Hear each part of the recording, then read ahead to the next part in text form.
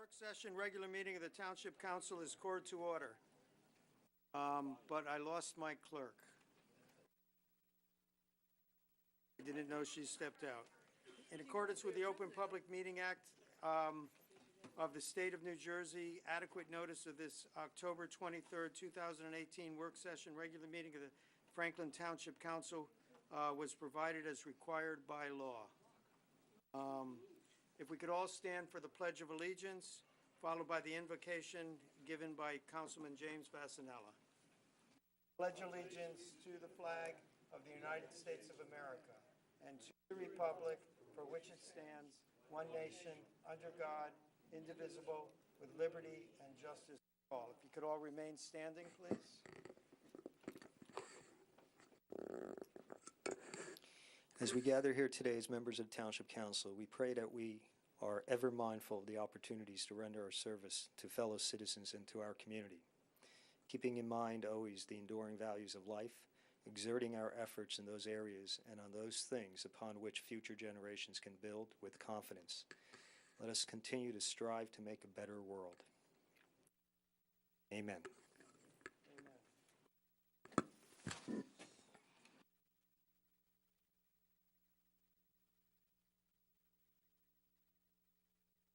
Madam Master Clerk, please call the roll.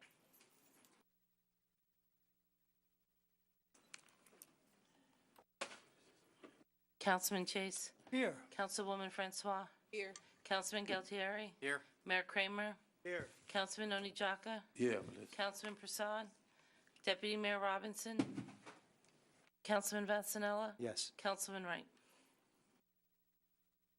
Councilman Chase, like you can come here and join us or stay there. Up to you. I'm sure hoping Councilman Wright will show up. that would be nice. Okay. Well, we are on to proclamations and commendations. There are 5 of them tonight, so all could remain calm and patient. Ms. Francois, if you could deliver the Franklin Women's Club proclamation.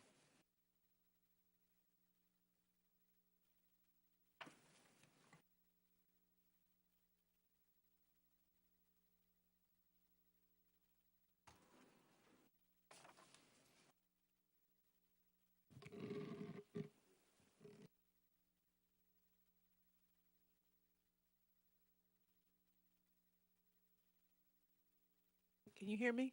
Yes, on. Okay, great. Well, our mayor likes to start on time. I didn't even get a chance to get in here and get situated. But thank you all for being here, and I know you want to get in and get out, and we're very, very happy to see you today, and we do have 5 proclamations and commendations. So we have our Women's Club here, our Franklin Women's Club, and I'm honored, and it's a privilege to be able to read this to them. Whereas the Franklin Women's Club has been providing friendship and community service since 1922, and having joined the General Federation of Women's Clubs in 1928, is an international organization with over 10 million members in 30 countries.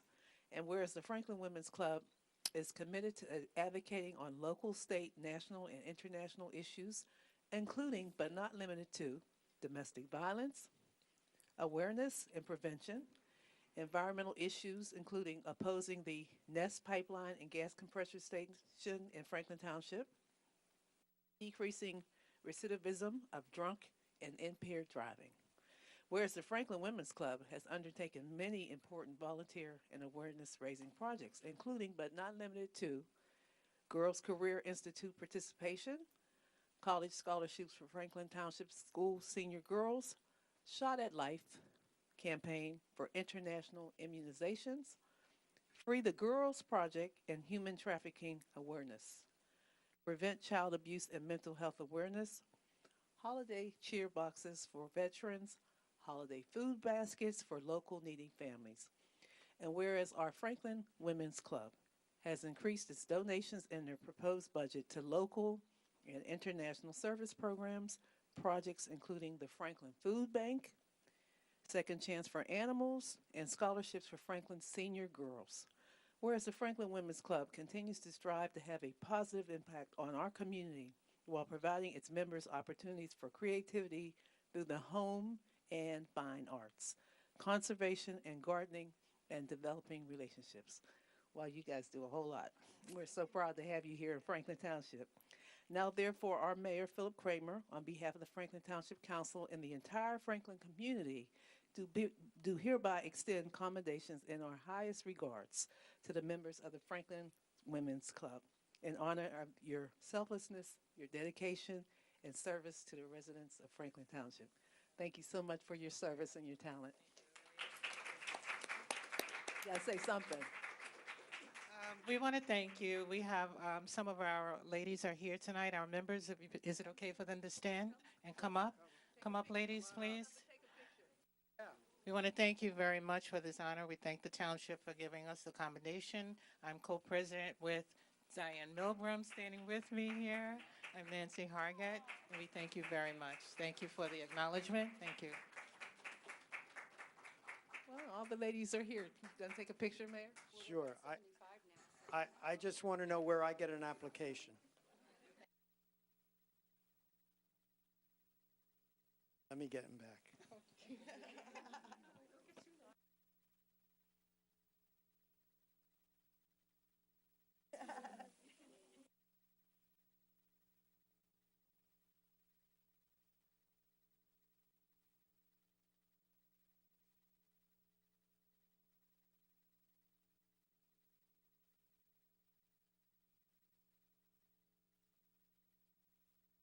All right, thank you all. Thank you for all you do.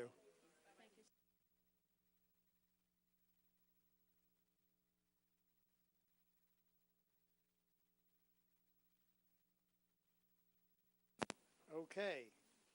Next up is 4th of July celebration. Mr. Grippo and Safi and Alice. Not Alice, Safi. Okay.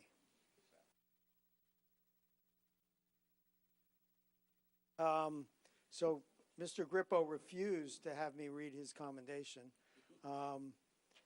which is fine because I can just speak from the heart. 4th of July wouldn't be held the way it is held in Franklin if it were not for Mr. Grippo. I'm sure we'd manage to have it. It's hard to stop a birthday of a nation, and we'd still have fireworks. But it just wouldn't be what it is. It wouldn't be organized the way it is, and it wouldn't have the master of ceremonies that we are fortunate enough to have with Mr. Grippo there. So thank you for all you do. I know it comes deeply from your heart. He, like me, gets choked up at those kinds of celebrations. So thank you again, and I will leave the rest of this presentation to you. Thank you, Mayor. And first, before the Women's Club leaves, half of you ran out, but thank you for planting the bulbs at the gazebo. So come back in the spring, and next October, just decorate it with pink ribbons. Wouldn't that be cool? Thank you. So I want to thank the lady standing to my right, Safi Kalan. She really is the heart and soul of the municipal effort with Alice. She's there every minute with the detail, and Alice Osipowitz, her crew, Bob Vornlocker, the Public Works. I mean, everybody really pulls together. The top of this this list that Safi just gave me, it says another booming success. And Bob Vornlocker that night said to me, somebody had to be watching over you. This was supposed to be poured out. It was you remember, Bob? There was like a hole in the sky. That's and right. We were toying with canceling all day. And just for those 2 hours or so, we had, just great weather. And Franklin really came together. Such a wonderful thing for the people. So, there's a lot of businesses here. And I'm just going to really rattle them off quickly because if it wasn't for these people, then it would, come into the pockets of the taxpayer. This event doesn't cost anything in terms of the fireworks, the entertainment, and that stuff. But anyway, we have many fine corporations and professionals. I'll go quick, I promise. Appraisal Consultants, Akari, Brian Manor Development, Boost Incorporated, Carroll Engineering, CME Associates, Del Caso Excavating, Dennis Orciello, Fancy Heat Corporation, Franklin Reporter and Advocate, they're here tonight.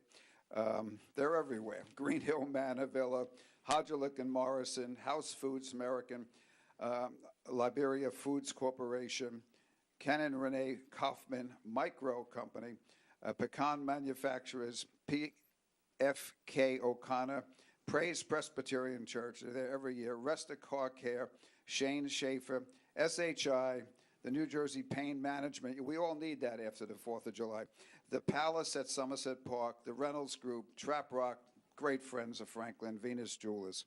And thank you all for coming out to see the fireworks. And next year we may have music on the gazebo and the main stage. So when people come in, there might be a welcoming group, and then the big show with the mayor is at the normal stage. Can we handle that, Safi? And thank you, Council, for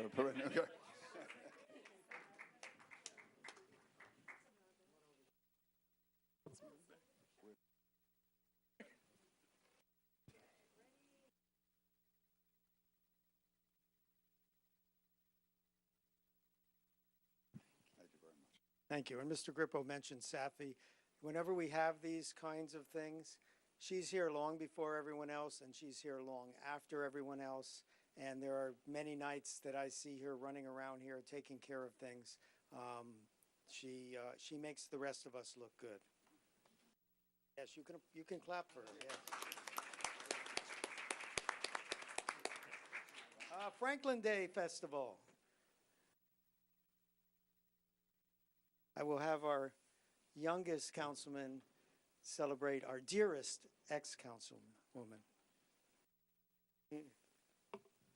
Please bear with me, Mr. Mayor. The mayor gave me 40 proclamations to read, so this may take a while. No. Go ahead. Thank you.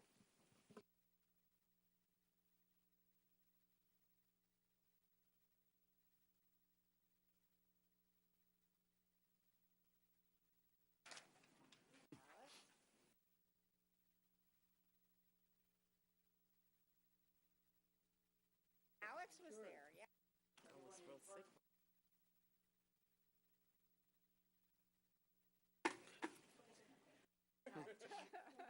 Come on up.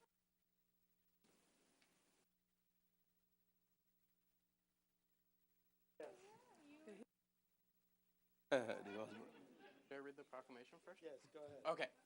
So, So I will start off by saying, start with the commendation. Whereas Rosalind Sherman has served this community as its chairman or chairwoman of the Franklin Day Festival since 2014, and has been an enthusiastic and hardworking member of our community.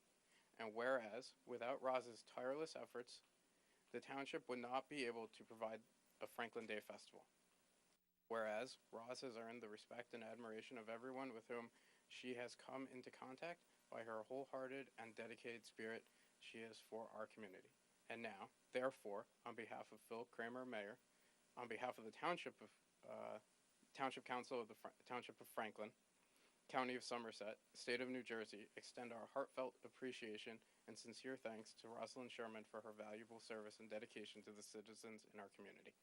Thank you very much. It was a wonderful, wonderful event. It continues to get even better. I don't know how you do it and keep improving on it each year, but we appreciate all the work you do, and I know the residents really come out and appreciate it too.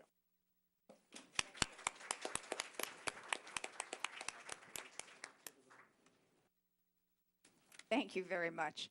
After 5 years of first starting the festival and running it for 5 years, this was my last year of running the festival personally. But we have a wonderful team that's going to take it over and work with, basically, I'm imagining a similar template to what we've done for the 5 years. And as it's grown, every year we've tried to do something different, and I'm sure they'll keep up that tradition. We had, I guess, you have 40 commendations, so over 40 contributors to the event this year. It grows every year. We started, even from the very beginning, it was a success. If you count the first year as 5,000 people as being a success, and I do, It just grew and grew and grew. And this year we had 22,000 people. That's our estimate of where we went. And it could have been more, could have been less, but you don't stand and count 22,000 people. You make the best guess that you can. We raised probably close to $30,000 between our sponsors and the tables that we sell. And part of that will be contributed, as it always is, to the food bank, to the youth council, to the alliance, to support a lot of our programs for the township that help make this the wonderful township that it's been and continues to be. It was my pleasure to be part of it. I'm not going away. I will volunteer. I'll work with the art walk exhibitors, and any other way that I can be of assistance, please let me know. You know, I carry a lot of the data, but you guys pick it up really quickly. But I'm there if you need me. So thank you for this honor. Thank you for giving me the privilege of having been able to make this happen and pull this all together, and to have served in this township for so many years. Thank you.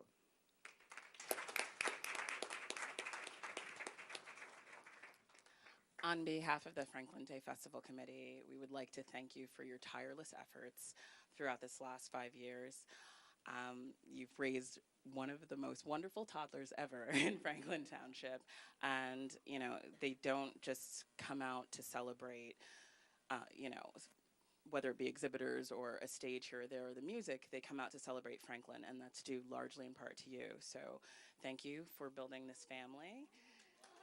We have 22,000 strong that come to the festival, and we're going to continue to grow because of what you've done. Thank you.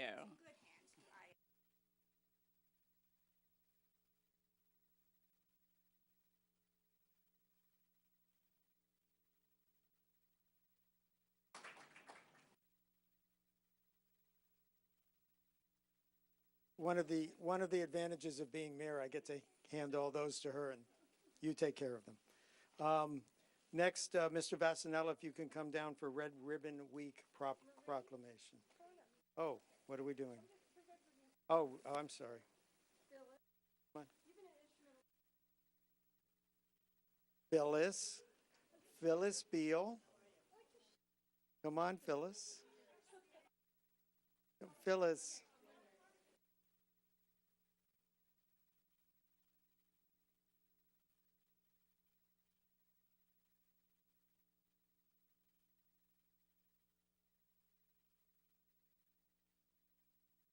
Whereas the Township of Franklin values the health and safety of all its citizens, and whereas substance abuse is particularly damaging to one of our most valuable resources, our children, and a contributing factor in the 3 leading causes of death for teenagers: accidents, homicides, and suicides. And whereas it is the goal of Red Ribbon Week and the Township of Franklin to involve families, schools, businesses, churches, law enforcement agencies, and service organizations in all aspects of this campaign, and establish an atmosphere that supports awareness, education, ongoing initiatives to prevent illegal drug use. And whereas the Red Ribbon Week campaign theme promotes family and individual responsibilities for living healthy, drug-free lifestyles without illegal drugs or the illegal use of legal drugs. And whereas there are many activities planned during the Red Ribbon Week campaign in the Township of Franklin. Now, therefore, Phil Kramer, Mayor of the Township of Franklin, on behalf of the entire Township Council, do hereby proclaim October 23rd through October 31st, 2018 as Red Ribbon Week.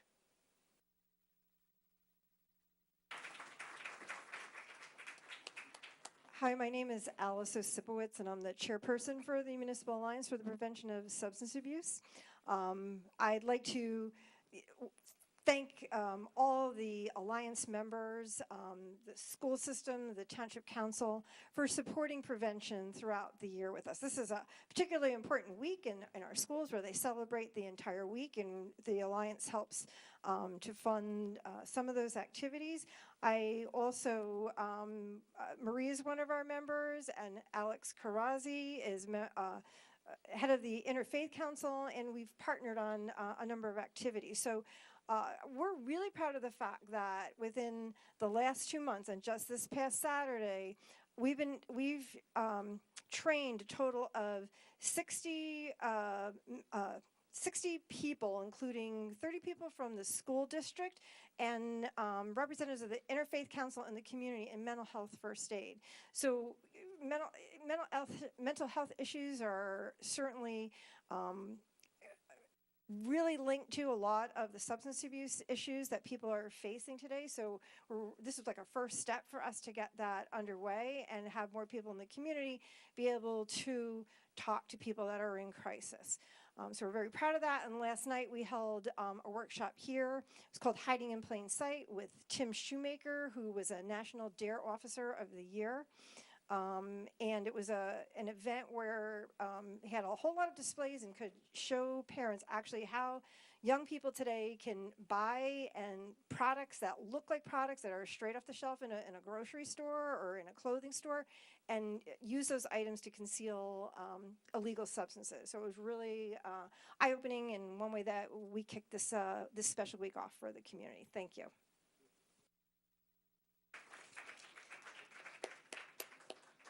I guess I would just say that without Alice's help, most of the programs that we have in this township would not be possible.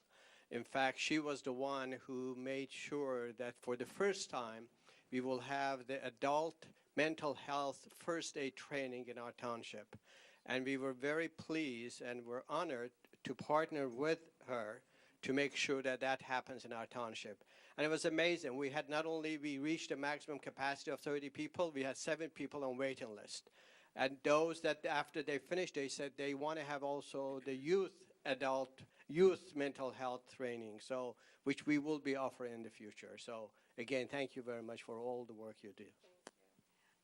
Again, people like Phyllis Beals, Marie, and Alex, members of the community that have partnered with us over the years. We couldn't do it without you all. And Safi, who's on the committee as well. Thank you. Thank you. I'm like facing this way. And yes, Roz, thank you for your years of support and continued support. Thank you. Okay. For our last proclamation, Independence Day of the Federal Republic of Nigeria and Township Citizen Commendations. Mr. Manzare, why don't you come up and, of course, Councilman Onijaka, Mr. Vasanella, why don't you stay here? Long before I was familiar with the West African community, you were a friend of theirs. And anyone else who wishes to join us. And why don't, do you want to bring everyone up? Yes, let everyone here. Let them come. Come on up. Mabel, come on up. Dr. Babs. Chief, come on. I forgot my chief neck. I forgot my necklace. Oh. I'm a chief. I'm an Omowala. Yeah. Oh, okay. I'm Chief Omo. I'm a chief. Yeah, I'm a Chief Omowala, but I forgot my necklace. Omowale. Yes. Charles?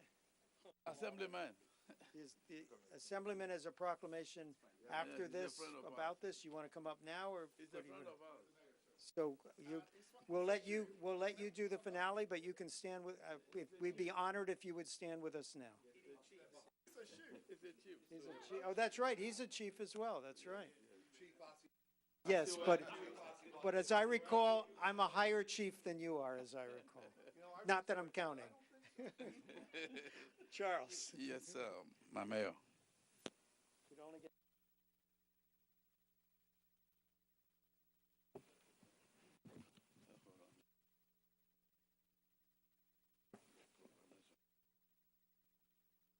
Proclamation. Whereas Nigeria, Africa's most populated and largest black nation in the world, and in 1861, the British first annexed part of Nigeria as a colony and attached it successfully to West African settlement, including Sierra Leone and Gold Coast, which is Ghana. Whereas before 1941, the First World War, Nigeria was an independent nation until the Protectorate and amalgamated the two procreated of North and South Nigeria. Whereas after the Second World War, 1945, the Nigerian free slaves fought their way to free nation with renowned nationalism that gave birth to independence in 1960, producing numerous prominent personalities such as Albert Macaulay, revered today as the father of Nigerian nationalism. Whereas today, Nigeria continued the rich tradition of fighting for freedom, a towering symbol of hope and sovereignty in the West African community in Franklin Township, Somerset County, home of thousands of West Africans, whose community has produced the first African or Nigerian born to become elected councilman in Franklin Township and the entire United States. Whereas today, therefore, be it proclaimed that I, the mayor, Phil Kramer, the mayor, and the councilman Charles Onyejaka, and the township members and the West African Community Foundation hereby commend West African community in Franklin Township through its chairman, Ambassador Fore Mansere, for their continued effort and commitment in promoting sovereignty by cultural diversity programs in West Africa and in Franklin Township. On October 23, 2018, commemorating the 50th independence anniversary of the Federal Republic of Nigeria, and send its warmest greetings to 5 worthy Nigerians of the township and all Nigerian citizens in the township, in Nigeria, and around the world. Happy anniversary, many more to come. Thank you.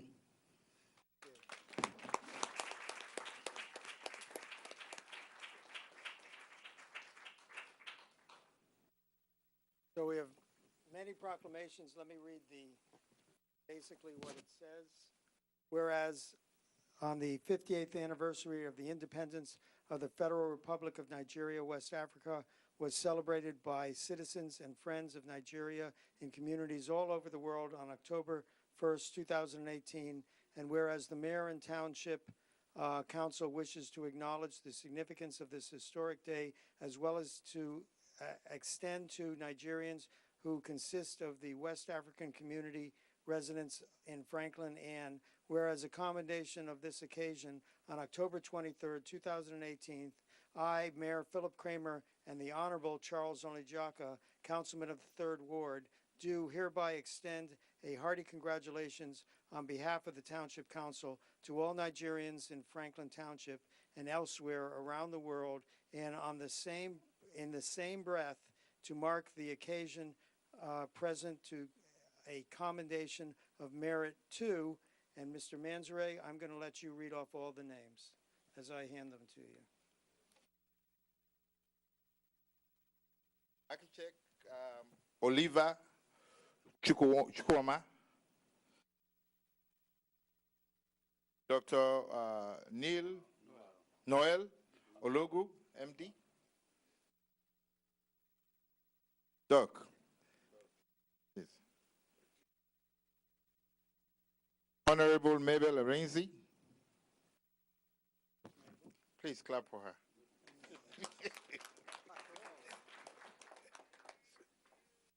Dr. Bab Omolola, my good friend.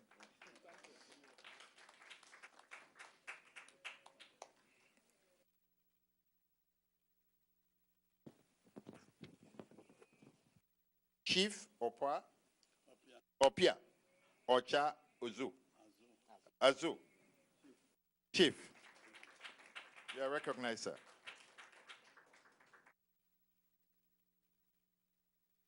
Royal Prince Daniel Akande.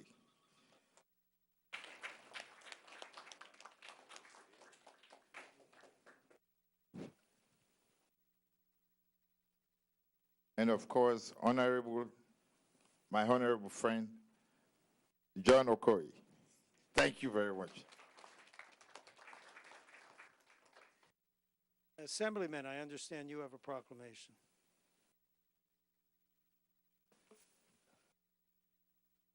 Thank you, Mayor and Council, for indulging me in this event that I participate with a lot of honor and respect as Chief Asiwaju. May I have you know my title allows me to marry adults in Africa and baptize children and bless crops. I think your title allows you to open up a couple of supermarkets. So I think mine is a little higher, but that's according to my research.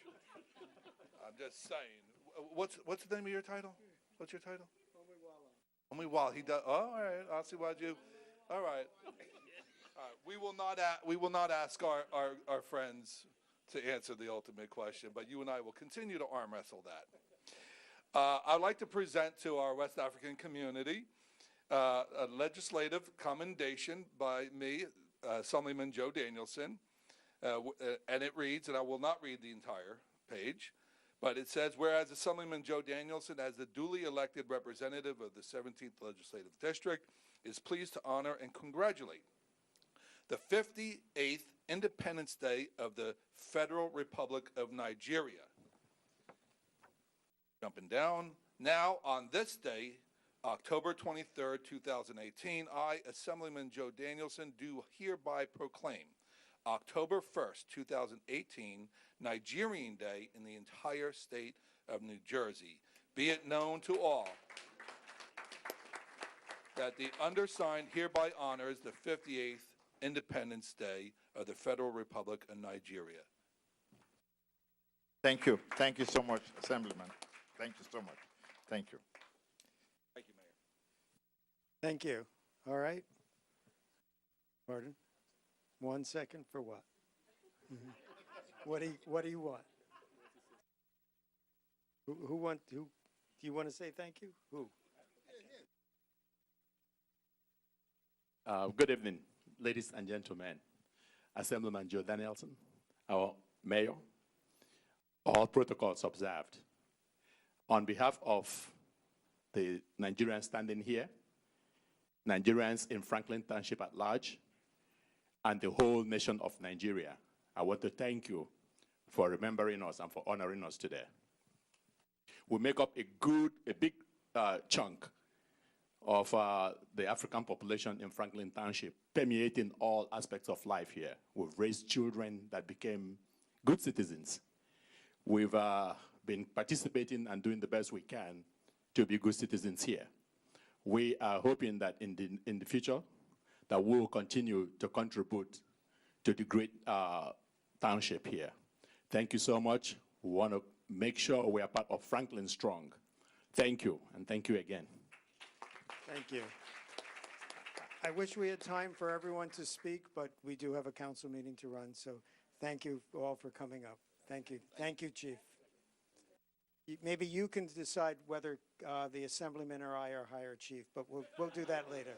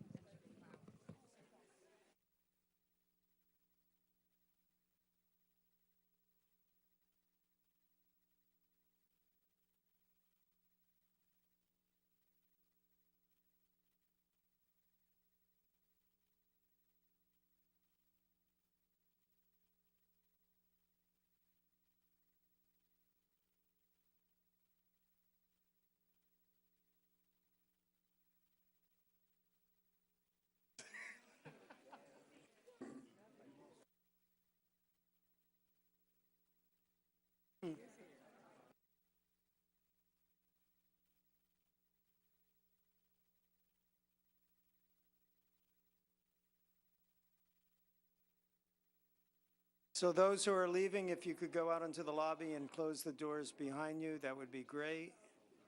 We'd appreciate that, so we can continue our meeting.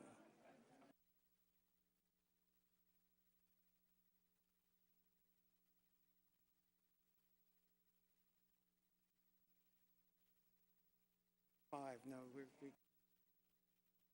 yes. Am I okay? Yeah, but you're not going to leave. Are you going to?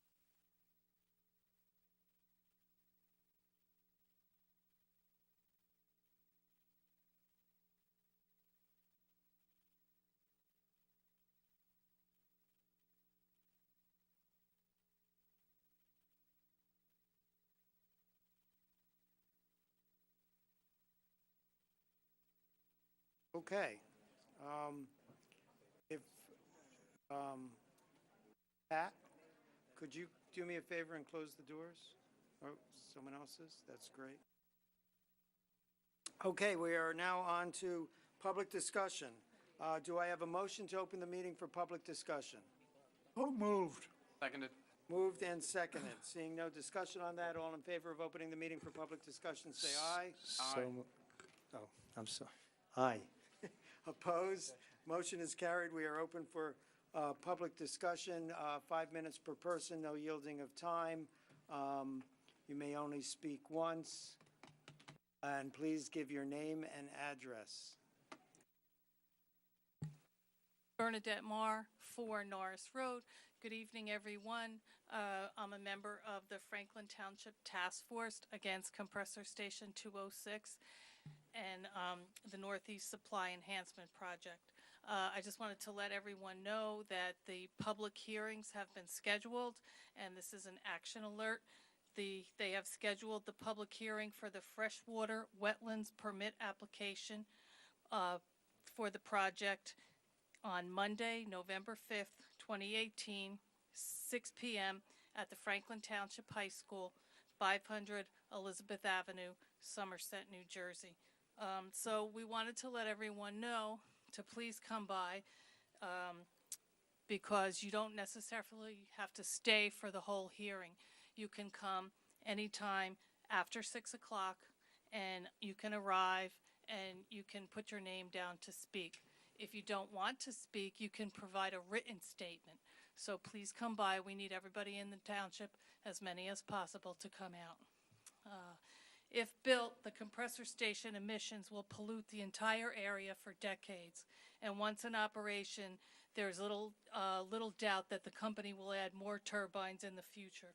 We need to tell the NJDEP that we oppose the construction of compressor station 206, as well as the pipeline, which will dredge up even more pollution.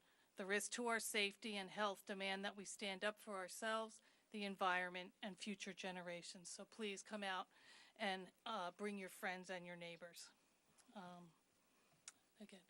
The NJDEP staff will be the ones facilitating the meeting, and people usually get 3 minutes to speak at a microphone in front of a group about their concerns.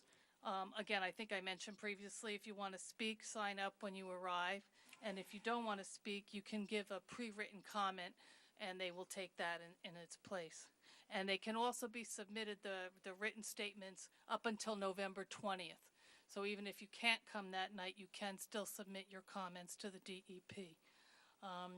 We are expecting that there will be those who are pro-project to be in attendance, so please try to get there and make our voices heard.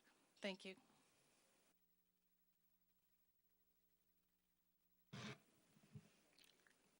Good evening, Linda Powell, 22 Buffer Drive. I'm also here as a representative of the Franklin Township Task Force on Compressor Station 206 and the pipeline expansion under Raritan Bay. We've been working to try to stop this project and to inform the residents and the council about it for, I think, about 3 years now. And I don't have to read this because I know it by heart. If you don't know why we're trying to stop this project, a lot of it has to do with both our health and the health of our environment. There are documented studies, which some of which are referenced on our website, SCRAP, SCRAP-NESC.org. The emissions from this type of compressor station are associated with heart disease, cardiac death, strokes, kidney failure, developmental delays, neurological issues, Alzheimer's, as well as affecting the mentation of children and possibly associated with a lot of other diseases. I guess I should have had it written down because I can't think of them all right now, but the other issue, of course, is the environment and the huge impact on climate change that methane and the other toxins have. And the last I heard was that if we don't do something to change this, we may only have 7 years left of life on this planet, which is pretty scary. One of the things that is happening now around the state is we are asking for a moratorium on any new fossil fuel infrastructures. This is a statewide coalition of environmental and grassroots groups on any new fossil fuel infrastructure. We've also, and I handed our mayor a letter that was sent from the the South Brunswick mayor and deputy mayor to the New Jersey Department of Environmental Protection, since they picked November 5th for the hearing. This is not a great day in terms of it being the day before Election Day, and this is a very important election. I hope everyone goes out and votes. We want to try to save our democracy. And not only what's stated here in the letter, people that it's impacting, candidates, people who work at the polls, other people who want to get up early and go vote before work. But South Brunswick also has, I was told by one of the South Brunswick residents, emailed me, that this is the one day of the parent-teachers conferences they're having in the South Brunswick School District. We are getting help from Dr. Ravalli and our school system. They're going to send out the notice via the virtual backpack. But we need people there to show how we want to not have this in our community. How this is the only way we can stop the project is to have the NJDEP deny the permits. So people really need to come out to this. Otherwise, we're facing a lot of problems in our future. So I hope that you can write a letter as well. I know we were trying to have them withdraw the air permits, since the new guidelines for the hazardous air pollutant they're not in compliance with, or wouldn't be in compliance with. And of course, this company, Williams Transco, has expanded every other compressor station. So even though they're planning a big one here, it's the 52 acres they've asked for. They will expand it if they are able to build it. So we really do not want it built. And that's all I have to say. Thank you very much. Oh, I have one other thing. One thing, Councilwoman Francois, that you didn't mention in terms of the Women's Club, through our liaison, Phyllis Beal, the individual members have been very supportive of stopping this project and have engaged in all of the outreach and letter signing and everything that we've been doing over the past 3 years. Thank you. And as a reminder, again, that's at the high school on the November 5th. I'm hesitant in sending a letter because if they change it, it could just add to confusion as to whether it's there or not, or when it is going to be.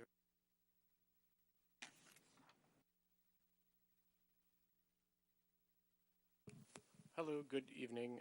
Pat O'Connell, 22 Landry Road. I have been a lifelong resident of Franklin, so I had something 100% positive that I wanted to ask you. It was like an idea I had thought of, but I have to admit, so I am actually, this might be the last time I'm going to be speaking in front of here as a Franklin Township resident, because as much as I really love Franklin, as I've mentioned to some of the council, my family has a property over in Belmead in Montgomery Township, so I'm probably going to be moving over there, but it won't be the last time that I'll be interacting with everyone, because I heart Somerset County through and through, so and that includes Franklin, of course, and I do think there's something really special about this this community. My grandparents moved here in the 1950s. They came from North Plainfield. They lived here until 1968, and one of the interesting things was that I had an uncle, as some of you of the council know, that has autism, and just one of the amazing things about this community was that back when no one really knew what autism was, my uncle would go and would, at 7 years old, was completely mute. So he didn't talk at all, and he would go and wander off. And so no matter what, people of all different ethnicities and religious and political backgrounds would all go out and look for my uncle until they found him. And for example, the Brood family was a neighbor of my grandparents, and it was just really amazing to see that just positive synergy that this community has and will always have, despite when we have differences amongst opinions and things that are perhaps said here and there. One other notable thing I wanted to share actually too was in the early 2000s, some of you might recall a young girl who was in high school, Stephanie Quinn. She was tragically killed in a car accident. She's actually my sister's best friend. And the entire community came together in a way that was really powerful, and we've seen examples of that positive force that people come together in this community in the wake of things that happen that are unfortunately beyond the control of others, whether it's a death or someone that has a sick family member or something like that. And I don't think that will ever change. One of the ideas I had, so I'm finally getting to the question part because I realize I'm getting better at this. I actually wrote out my statements before, memorized it, and I'm keeping it to less than 5 minutes so Mayor doesn't have to remind me that, But the idea basically was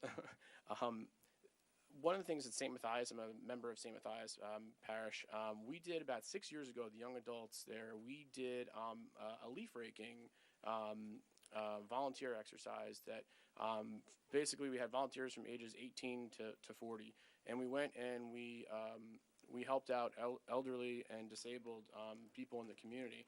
And one idea that I thought really, at first I was going to go with bowling, bringing Democrats and Republicans together and also independents. However, I don't know, sometimes, bowling balls and, someone gets upset about politics and the heat of the moment throws a bowling ball. I'm just trying to think through all these possible scenarios. Not that would happen, but I thought leaf raking with plastic leaf rakes would be a much better way to just try to get to really get to know everybody. There's people in my own parish, for example, Chris Kelly, who's former mayor, whom I'll read things that he posts and I'll be like, okay, I don't totally agree with that, but it would be nice to meet that person finally in a setting that doesn't involve something partisan and we're actually helping out members of the community, because I think that we really excel at that.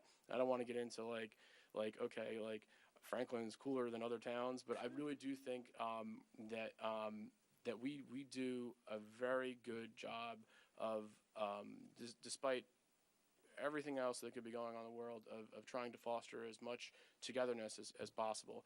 And last but not least, if Mayor Kramer could tell Bob LaCourte, so he was actually my, as I think I mentioned to you before, Mayor, he was my Little League coach back in 1995. And so we just had, we had a really, really good time. And sometimes I remember politics would come up or whatever. But despite different affiliations, we had a really, really excellent time. And those memories of my friends and family who are both Democrat and Republican will always be there for me as a positive. And I think that was the timer. So thank you. I love you all. I love Franklin. And like I said, if I'm moving, who knows, I might move back in 2 years, but I have to go to the houses, needs work and stuff. And so that's a whole other story. But anyway, thank you, council. And thank you, Franklin. Thank you, Pat. We'll miss you, but you will not be out of mind. Thank you. My name is Mrs. Peterson. I live at 12 Lake Avenue in Somerset. I'm addressing all council members, Mayor Kramer. I want to commend you on the program that was offered here last night called Hiding Plain Sight. I wish there would have been more parents here last night. I think they would have been shocked to see how their kids can hide things that they shouldn't be getting into, and how they also can order them easily over the internet. I'm recommending that this program be given to all parents of all children in this township. I think I applaud the DARE officer who was here. I applaud the way he approached it, and I think parents would be shocked to see what their kids can get, even going to the mall and buy, that they can hide drugs and all the copycat, like the gummy bears and the, what are they called, Pot Tarts, and it's been in Rice Krispies and candy bars, and I would highly recommend, and I asked Mr. because I know he's at McAfee, and I think parents need to be made aware. 90,000 children died this past year from drug overdose. And as the DARE officer said, and everybody I've talked to in the medical community, marijuana is the stepping stone, because when the effects wear off, the next thing they're going to go to is the medicine cabinet or to the internet and buy a stronger drug. And these drugs do kill. My second reason for being here is, as you know, I'm a clean air freak.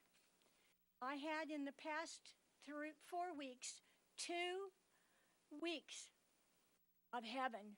Nobody cooking, nobody spewing fumes across my backyard, nobody dumping fermenting, pungent odors into the sewer system, which happened to come then up the drains in my house.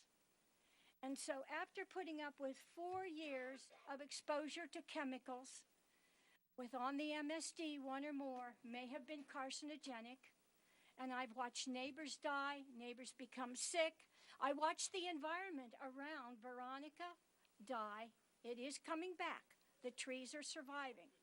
I've gone with 11 years of trash burning, and if people are concerned about formaldehyde, what do you think is emitted when people rip apart and burn furniture? Especially pressed wood furniture emits formaldehyde. Newsprint, magazines release dioxin, along with whatever chemicals that's in that furniture. I put up now with 7 years of pungent, fermenting food cooked night and day, and we're doing well during the day, but we're sneaking some in at night. And that food has contaminated play equipment in my backyard that was bought and set up in 2014, to the point that you can go out and strip grain granules from it, and animals have literally ripped the wood apart, which is not normal. So, with that, and now chemical smells that have come up, and I don't know where they're coming from, but I do know, and we'll go on record because my husband knows how to research the internet, that the pharmaceutical company on Hamilton was seen carrying in biohazardous drug-resistant TB, testing it with God only knows what. The guy got a grant from the INH, so you can go on the record. Whether he's still doing that, I don't know. But I think their chemicals are coming when he's trying to kill it, because I asked Mr. Gleason, have you seen a biohazardous truck come in and carry the waste away? And he could not confirm that he ever saw one, and I never saw one. So where did they dump it? Down the drain? So if there's still active TB, it might be in the sewer system? I don't know. Mr. Galtieri, I'm just saying it's coming up my pipes because I'm close to the main line where it converges. So with that, and then the overgrowth of plants and rotting wood that produces mildew, my husband came down with cancer and was diagnosed finally in 2007. He was end stage and second stage. He's now 11 years in remission. Where did it come from? The doctors don't know. I have had allergies, asthma attacks. I know, I'm going to wrap it up. But I want you to think about putting into effect a clean air committee that will look into health hazards in your community, my community, and maybe think about, since you can buy cars, 2 handheld pollution devices. Thank you. Okay? Now, you let him go over 2 minutes. So I Ma'am, thank you your and I time- appreciate, I know I have your to shut up. time's up. He praised you, but I have to shut up. I love the people. Never mind. No, ma'am, your time is up. Your time is up. Thank you. Thank you for your comments. Mr. Karazi. Good evening, Mr. Mayor. Alex Karazi, 14 Margaret Drive, Somerset, New Jersey. Let me first add a little bit to what Mr. Pat O'Connell mentioned about the leaf collection. Actually, a couple of years ago, the church next to us, to our mosque, and the people from the church and the mosque, we came together, and we also participated in leaf collection. And not only they were Republicans and the Democrats, but they were also Muslims and the Christians together. And that's the beauty of Franklin Township. So we really appreciate the diversity here. Now, Mr. Mayor, I'm very pleased to see the ordinance about prohibiting left turn from 3 of the streets to Eastern Avenue. Unfortunately, we lost a mother, and we had another one who critically injured before a thorough study by the traffic engineer was conducted, and this ordinance was put together. And this person who died actually was one of our community members. And I went to that cross section, and I tried to make a left turn, and it was not enough visibility for me to turn it left safely. I did the calculation. It takes about 4 seconds for a car who comes at 50 to 60 miles to reach that intersection.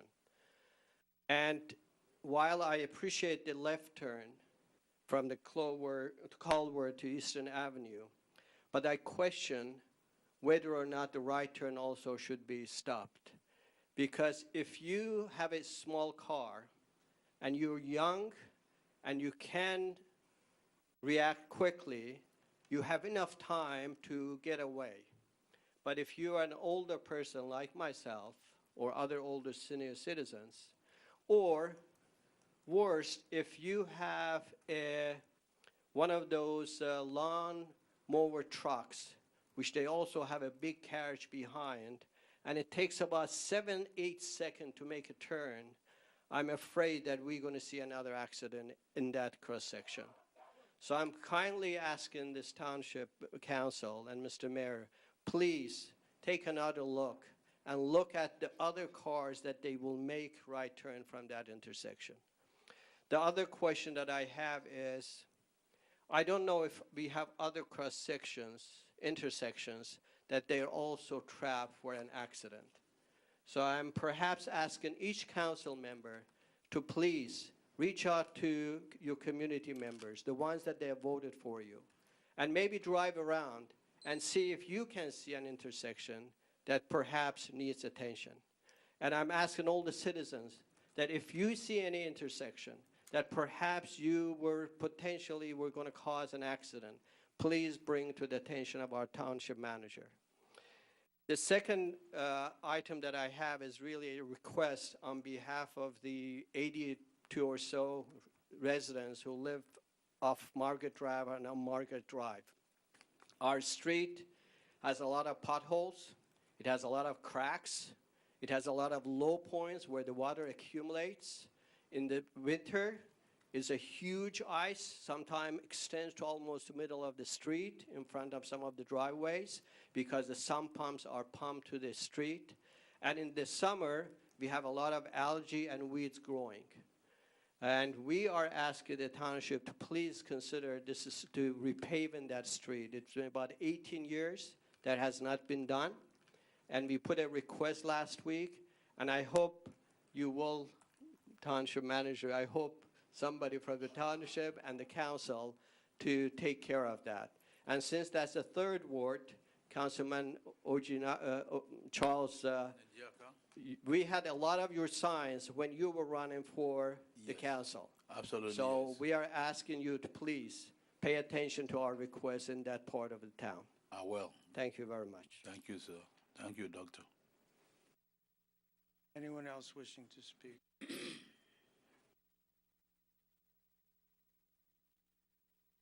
Good evening. Robert Troutman, 13 Orchid Court. The first thing I wanted to ask Mr. Mayor and the rest of the council who could tell us, who is responsible in town for enforcing that we don't have campaign signs on public property and all over the place? Because it seems to be, there's a lot of talk online, frankly, this is a big problem in the town. There's no reason we should see 12 of the same campaign sign on public property as we're trying to turn onto Easton Ave, for instance. The second thing I wanted to ask was with regards to Councilman Prasad, who's not here, still on his leave of absence. I'm wondering if either the township attorney or someone can explain to us how long can someone be on a leave of absence from the council? Is he still receiving his salary, and how long will he be entitled to receive his salary when he's not doing any work for us? Thank you. I'll briefly answer. So it's code enforcement that, Well, actually, so I'll answer, Mr. Mayor, if you don't mind. You would have to be specific as to what you're determining as public property. So the ordinance specifically prohibits it on government-owned property, but allows it in public right-of-ways. So if it's like on the island at DeMont Lane and Easton Avenue, if that's what you're talking about, that's not considered public property, that's public right-of-way. And the ordinance specifically permits campaign signs on those properties. It only prohibits it on municipally owned land, like where we sit right now, the municipal complex, open space, Board of Education property, or state government property. So if you're talking about, and I can tell you that I'm around town pretty often, if I see signs that are on our open space or on county open space or state open space or on our municipally or state or county owned properties, then the zoning department is instructed to go have those signs removed. I think that right now there are very, very few signs, if any, up on those properties that I've just defined for you. I saw one today and told zoning to take it down. It happened to be on state open space on South Middlebush Road. So just because it's in a right-of-way, that's where it specifically permits signs to be.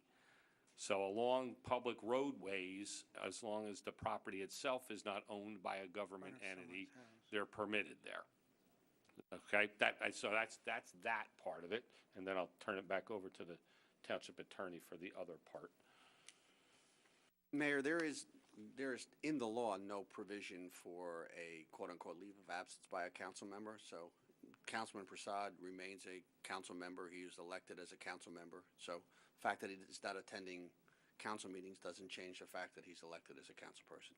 So I know that it was characterized as a quote-unquote leave of absence, but that was not something that council could grant, nor is it something that's part of the law. He's elected to a 4-year term. He serves a 4-year term. thank you. Hi, John Meyer, 43 Townsend Court. I just want to know that if the invoice that was issued by the survey company about Monument Park, has that been dismissed yet? Invoice for the survey company? Are you talking about the engineering work? Yeah. So that's actually not a council issue. That's a community foundation issue. Hang on, Mr. Manager. So that was something that was submitted to the community foundation, separate from the town. It's up to you, Mr. Vasanella, since you're the president. Pardon? Right, well, yes, you can. My understanding from what the clerk sent us is that it was rescinded, withdrawn.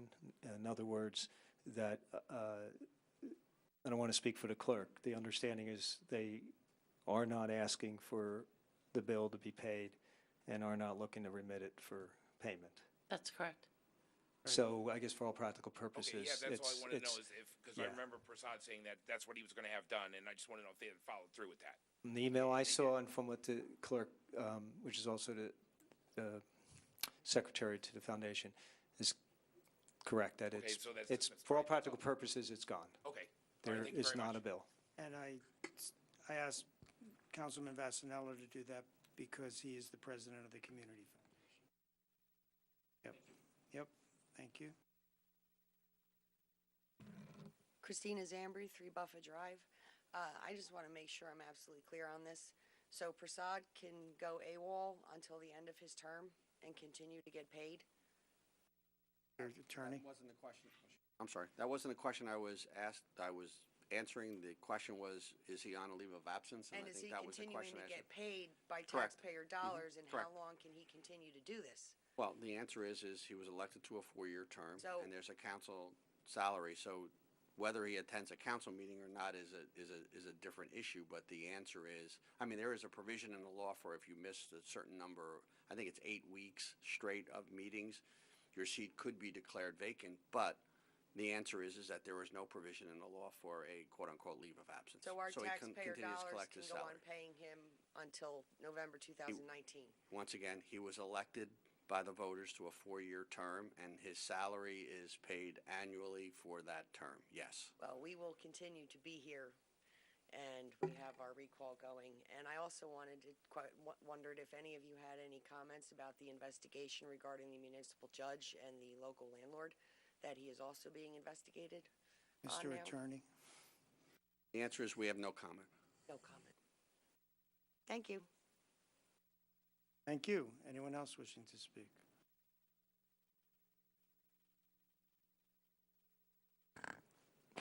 Mayor, seeing no one else come forward, a motion to close the public portion of the meeting. Seconded. Moved and seconded. Seeing no discussion, all in favor, say aye. Aye. Opposed? Motion is carried. Public discussion is closed. Council committee reports and comments. Mr. Chase.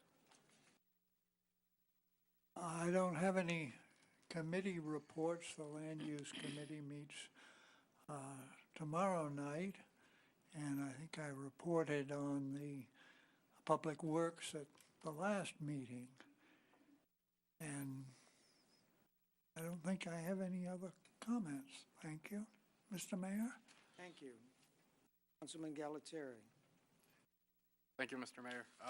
The only thing really that I've had in the past 2 weeks is on behalf of the Sewage Authority, I attended the Association of Environmental Authorities at a gathering.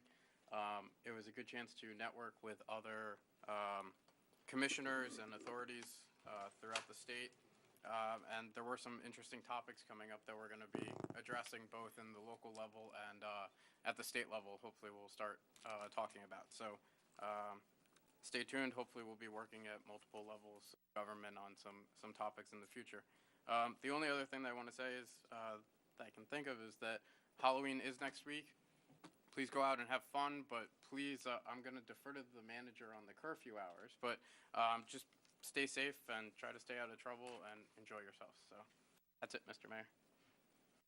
Thank you. Yeah, Mayor. I'm highly delighted and happy tonight that we honored some Nigerians in our community.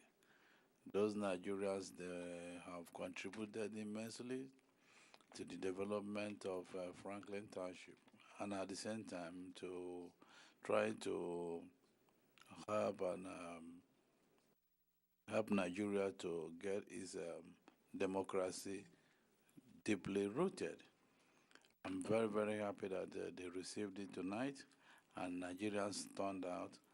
And I want to make it clearly, categorically clear, that Nigerians, they are highly industrious and very good people, in as much as in their country democracy is not well practiced as supposed to be.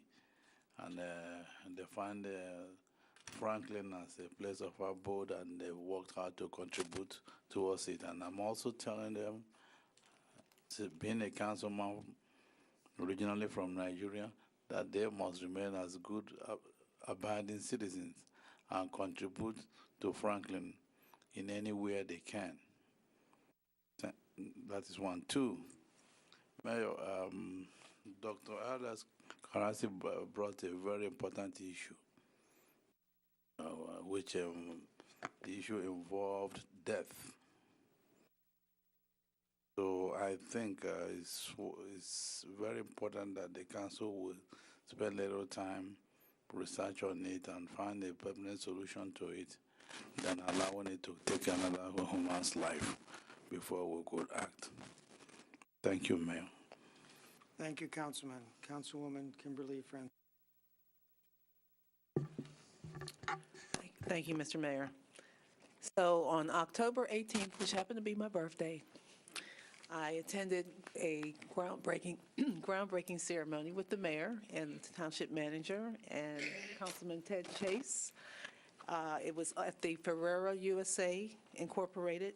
They announced the expansion of their facility over at 600 Cottontail Lane. If you're not familiar with their products, one of the things they did, they have decided they're going to invest $10 million in the expansion of their development facility over there. It happens to be a packaging facility, and one of the things that they've done there is they invested previously $12 million into that facility that we have here in Franklin Township to ensure that the machinery that they have are packaging this Kinder Joy product. If you've never heard of Kinder Joy, which I had never heard of Kinder Joy, apparently this is a new product with 90 million eggs that have been sold. And it's one of the rising stars in food and beverage in the 2018 IRM New Product Pay Centers report. So because this product has been such a wonderful success, they're expanding their facility right here in Franklin Township. They also, I'm sure everybody has eaten these. You love these. I love these. They're the fine hazelnut chocolates. They also package these over in that facility. The nice thing about it is that last year they employed 500 seasonal workers in our Somerset location in a two-shift, in 2 shifts, 2 12-hour shifts. And the total number, the estimated with the expansion, seasonal employees is going to go up to 625 seasonal employees. They've made arrangements to bus people in, making sure that they can get to their transportation that they need. And so we were really, really excited to be there. We toured the facility. They had a nice little luncheon. They gave us little tidbits to take home. And one of the things that I learned, this is another little tidbit, it takes 36 hours to make a Tic Tac. Each and every one. Yeah, seriously, 36 hours to make a Tic Tac. They don't make them over there, but they package them over there. And it also takes 56 minutes to make a Ferrero. I don't even know if I'm saying this right. Ferrero Rocher? Ferrero Rocher. I eat them, but I can't pronounce them. So there were people there at the groundbreaking. I know that it was probably in the newspaper. It was a really nice article. There were people there that attended from our Chamber of Commerce, and one of the comments that was made to me, one of the ladies said, you know, I live here in Franklin. I would have never thought that this type of thing was going on here in Franklin. So, you know, we have something. We're doing a lot of economic development expansion here in Franklin, as you can see on Hamilton Street. And I want to certainly commend our staff, because one of the things that they've mentioned was that if we could not have met their requirements to expand that facility within 8 months, they were going to move back, they were going to move it out to Canada. So it was very, very critical that the permitting process, the planning board, all the things that go into actually fast-tracking a development like that was done here properly, and they were ecstatic about being here in Franklin, and we're very ecstatic to have them here. So I just wanted to make that report. The mayor, Ted Chase, and Fasanella and myself are on the Economic Development Committee, and it was really nice to see the fruit of our labors and see the new things, the new initiatives that we're putting forth to attract new business here in Franklin, to obviously reduce the ratables to our citizens. Thank you, Mr. Mayor. And if anybody wants some chocolate, you can certainly come up and get some. I have some to share. Thank you. I just don't know how Kimberly Francois can't pronounce Ferrero Rocher. And straightforward. Councilman Vasanella. Easy to say, difficult to spell.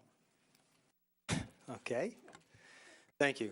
So a handful of things, including Halloween on Hamilton. I didn't know we were calling it that. But basically, the Trunk or Treat is a Halloween celebration. And I think it was mentioned before, the township used to have two of them. One they held over in Park, Middlebush, I think, and then one on Hamilton Street.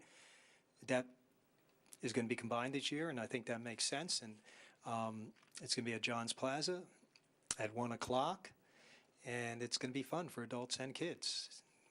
Music, games, crafts, costume parades, pumpkin decorating, and I think the fun bus is coming back. And a lot of this is being donated. The Hamilton Street Board is helping out along with other groups, and of course, I believe our Recreation Department is helping to run it, if I understand correctly. So it's a group effort, but please come out. Not just do you get to see Hamilton Street and what's coming, what's happening down there, but you get to have a lot of fun time with a lot of kids. And kids and Halloween, to me, usually brings joyous memories. So And there's a rain date, too. there is a rain date, I'm sorry. I do not see it on here. Sunday, October 28th. Okay. The weather might not be that good on Saturday. So if Saturday's bad, they're going to just do it the following day, Sunday. The rain day wasn't on the brochure. But anyway, a couple other things. In past years, I know we focused a lot on the Sierra Leone Independence Day, and we're fortunate enough to have a lot of Nigerian, or I guess, asked residents of Nigeria that have come to Franklin and decide to make it their home, and we celebrate their Independence Day.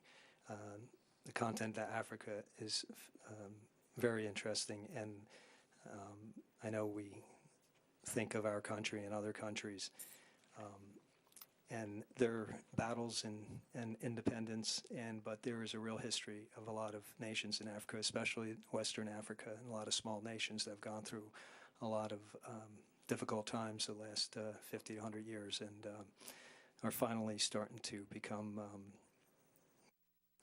countries that, let's just say, are evolving and trying to evolve economically. And we acknowledge the Independence Day Nigeria and the residents that have come to make Franklin their home. Something was brought up about air quality. I know there were some concerns Ms. Peterson had, and then, of course, issues relevant to the pipeline. Anything, I believe, concerning air quality would fall under the Environmental Commission. So if anybody had any concerns or ideas, the Environmental Commission is, I was going to say, we wouldn't need a separate committee on air quality in Franklin in response to the woman who had mentioned that, because I believe the Environmental Commission covers everything in that realm. The Public Safety Committee and the ELS Committee, I attended both those meetings. Some of that overlapped. The main issue with the ELS was that the East Millstone Rescue Squad, which has been here for a long time in Franklin, will continue to support the township in rescue efforts, but for Monday through Friday, 6 a.m. to 6 p.m., we will be using the Robert Wood Johnson ambulances that are presently under contract. It's a paid service. They're here. They handle calls all over town whenever a rescue squad can't get there or more assistance is needed. So Monday through Friday from 6 a.m. to 6 p.m., East Millstone will continue to be answering calls and a great asset to our town in 6 p.m. to 6 a.m. during the week and all day on weekends. Pat O'Connell, I don't know if he's still here. Pat, we'll miss you, and you mentioned your family settled here in the 50s, as so did mine, and I'd like to think even today with a lot of what's going on that still people are more concerned about harmony with their neighbors. And I know when I played Little League in the 70s, I don't ever remember someone's affiliations being an issue. I remember about getting mad at the ump if he made a call you didn't like. So it was more about sport. But anyway, good luck, and I hope you stay involved in Franklin and your Leaf idea. Sounds like it'd be a good service. So getting back to safety and some of the issues Mr. Crosby brought up, tonight on the agenda is an ordinance that prohibits the left-hand turns. That's a joint effort between the township and the county, because obviously the county has certain jurisdiction on the county road, and we have jurisdictions on the local roads. So just for clarity, that ordinance although the timing may seem like it came about after that terrible accident.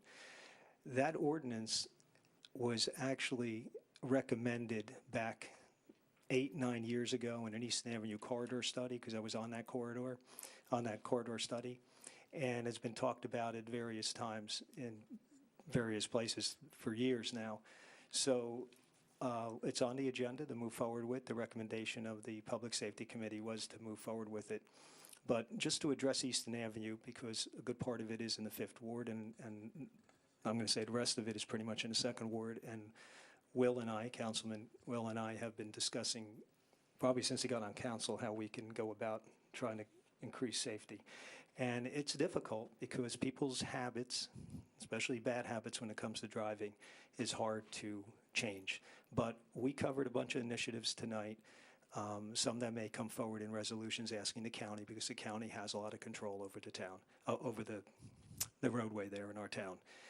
There's other things that we can do, be proactive with some street lighting, additional street lighting, or better maintaining the street lighting we have. Possibly putting in some fencing at key areas that may help decrease the amount of wildlife that comes onto the road, deer and other smaller animals. That, obviously, you see that carnage all the time. So there are initiatives that fall under our purview, and this is a good time to deal with it because we start working on the budget in a couple months. There's some issues that the county, we're going to be petitioning going forward, and hopefully like the ordinance tonight, which will help, but most of the activity and most of the problems on Easton will not be solved by that ordinance, but anything that's a step in the right direction, I support. So we're going to try to engage the county with more initiatives, some things that will be, at least I believe Will and I will be asking the Financial Oversight Committee to consider while they discuss what to put in the budget this year. And I know the police are committed to focusing as much of their efforts as they can on creating a better environment safety-wise. So this is a first step tonight, or one of many steps, and we hope to have more in place. And there has been new signage, by the way, in the area towards Franklin Boulevard. There's been some new signage which alerts people to all the cars entering and exiting side streets and driveways there, which I don't know because we don't have any statistics. They just went up earlier this year, but we'll monitor, try to see what helps, try to do more of what helps. And if you have any ideas, we probably have thought of them, but possibly not, so you can send it to any council people, especially to Will and myself. Thank you. And anybody else out there is concerned about safety on Easton. Thank you, Mayor. Thank you, Councilman. For my comments, Financial Oversight met last night. We went through our best practices checklist, which we have to get a certain number yes on. This is a checklist by the state. Are we following best practices? And we have to get a certain number yes in order to get our full state aid, and we did far exceed the minimum requirement for that. Mr. Manager, are you going to, not asking you to now, but in your talk, are you going to address Mr. Karazi's right turn comments? So I'll discuss that in a very minor way, Okay. yes. Very good. And, oh yes, I just wanted to again remind everyone, very important, on November 5th, the public hearing on the Nessie project at the high school at 6 p.m. In the auditorium. I'll be there. It's very important to voice your opinion. Whether it was our doing or not, it's hard to say, but we did delay them a year, and we're grateful for that. And I'll delay them a year, every year for the next 50 years. That'd be great. That's all I have. Mr. Manager. Thank you, Mr. Mayor. I have a number of things to discuss, so please bear with me. I usually don't go this long on my report. To address Dr. Karazi's comments in reference to the intersections of Lakeside, Culver, and Walnut, and I believe in particular Culver. So my background is traffic, and my background is traffic engineering. These intersections were the discussion items for myself and the current traffic bureau supervisor, as well as the traffic engineer for Somerset County, as far back as May of this year. And it came to light due to the fact that Councilman Vasanella had questioned some issues along the corridor that we wished to address, and there were some residents that had some issues with exiting their side streets. But specifically to your point about right turns and left turns, the truth is that all three of those intersections conform with accepted engineering. The design of those intersections along Easton Avenue at Lakeside, Culver, and Walnut are within tolerances under accepted engineering practice guidelines of the Institute for Transportation Engineers as far as sightlines are concerned. The accident history at those intersections is relatively minor. Over the last 3 years, each of them has experienced very few right-angle accidents as far as right turns out or left turns in or out, right turns in or out. Most accidents along the Easton Avenue corridor are rear-end accidents at low speed given the volume during the peak hours. So there is not a sight issue at the intersection. The acceptance, I think, of the engineers that are involved in this project to prohibit the left turns is that given the volume of traffic, just simply the volume of traffic makes it very difficult to make a left-hand turn out because of the need to cross traffic and then make a merge into the traffic direction that you're traveling. So while I might accept that there are drivers out there who have slower reaction times, that's true. As you age, your reaction time's slow. And then when you're a new driver, you make rash decisions when you exit. But the experience that the police department has had at those intersections as far as accident history is concerned and the volume of traffic that exits those side streets would lead one to believe that there's very little issue as far as it's concerned, because that's what engineers do, and I believe you know that you are one. Engineers look at the facts and look at the data, and they crunch the data and they say, is this within accepted tolerances? I think that the need for this left-hand turn prohibition was one that I probably identified many years ago, and it's been mentioned in various studies along, and the councilman referenced one of them. But I think that in this particular case, the proper course of action is being taken. In traffic engineering, you don't start big, you start small and work your way up. We're prohibiting left turns now, and if that doesn't seem to address the issues at these intersections, there's further actions that can be taken, and certainly traffic engineering is always something that's fluid and not static. You always have to continue to look at the changes in the traffic patterns and adapt to them. So that's what will happen. So that's that. Now, get into these reports that I have to give. So there have been some questions recently about the status of our youth center and where we're at with the project and the progress on the project. Some of you may or may not remember, we had Kimmel Begret, who's our architectural firm, here to do a full presentation with an estimated timeline, and I'm just going to go over that estimated timeline now. The contract was awarded subsequent to our budget adoption, and we did that back in the early part of the summer. We had awarded a contract to Kimmel Begret to do the design and subsequent construction management once that stage is hit.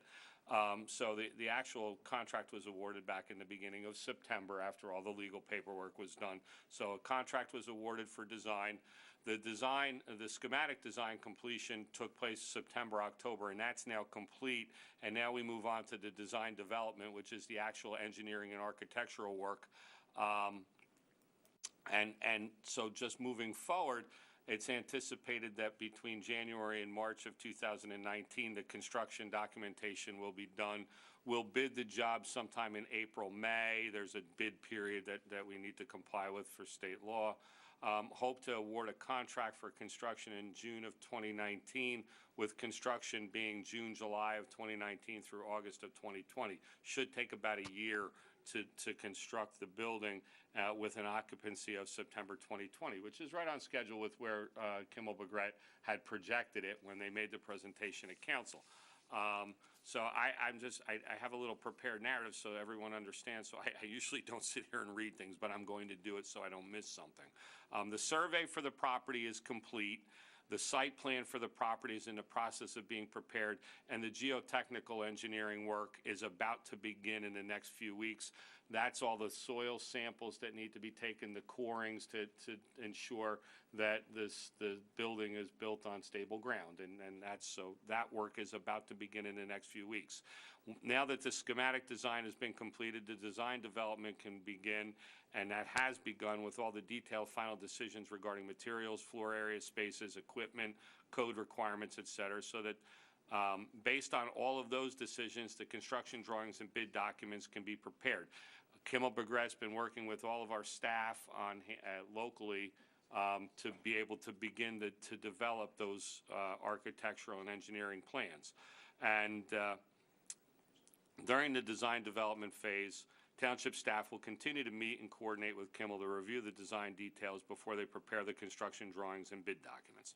During the construction documentation phase, Kimmel will be meeting with our construction staff so that the construction drawings and bid documents will be code compliant. Prior to the contract award, construction staff will review building permit applications and be prepared to issue building permits to the successful bidder. One of the great advantages of being the municipality building a building is all of our professional staff who ordinarily review plans submitted to us for building elsewhere can be intimately involved with the process, and they are intimately involved. And you know, I needed to identify someone to basically be our local manager of this project, and I couldn't think of anyone better than Vince Dominack, because his job responsibility in the real world is to guide people through the development process. So who better to guide our own contractors and our own architects through our own process and ensure that not only do we get what we want, but we get it in a way that is the best that we can demand from our professional staff. So that's where we're at. So there certainly is a lot of project, and I know I heard people say, well, I haven't seen any shovels in the ground or anything like that. I'll remind people that less than 3 years ago, there was a big building standing there, and we didn't own the land.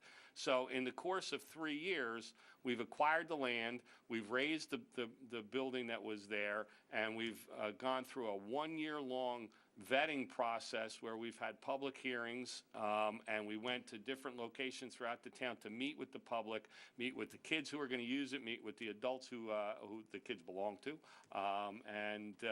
and we've had meetings here where presentations have been made to the public on 2 separate occasions.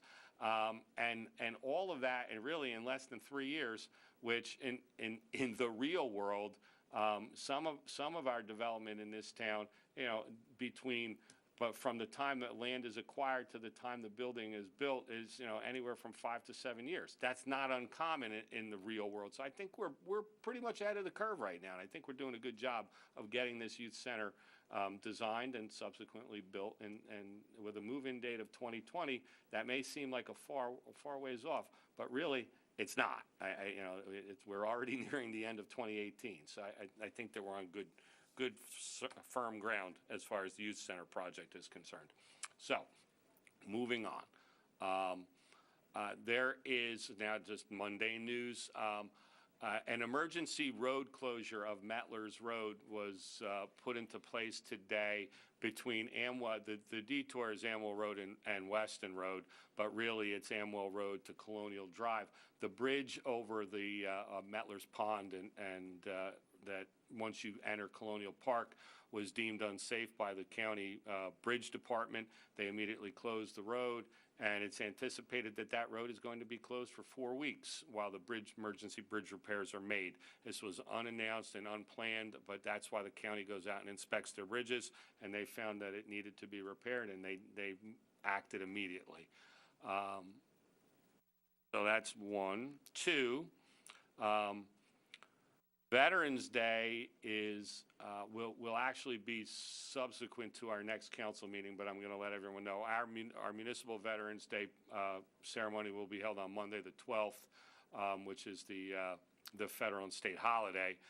But on November, did I say February? I meant November. I apologize. I'm reading an F for Friday. November 12th, not February. Don't come in February. November 9th, Friday, between 9 and 11 at the Stagehouse Tavern, Assemblyman Danielson's office will be sponsoring a breakfast for all veterans to attend on the Assemblyman. So if you're a veteran and you have nothing to do for breakfast on November 9th, I encourage you to go see Assemblyman Danielson, who is a veteran of our armed forces, of the Army, and he'll be sponsoring a breakfast at the Stagehouse 9 to 11. I did the emergency road closure.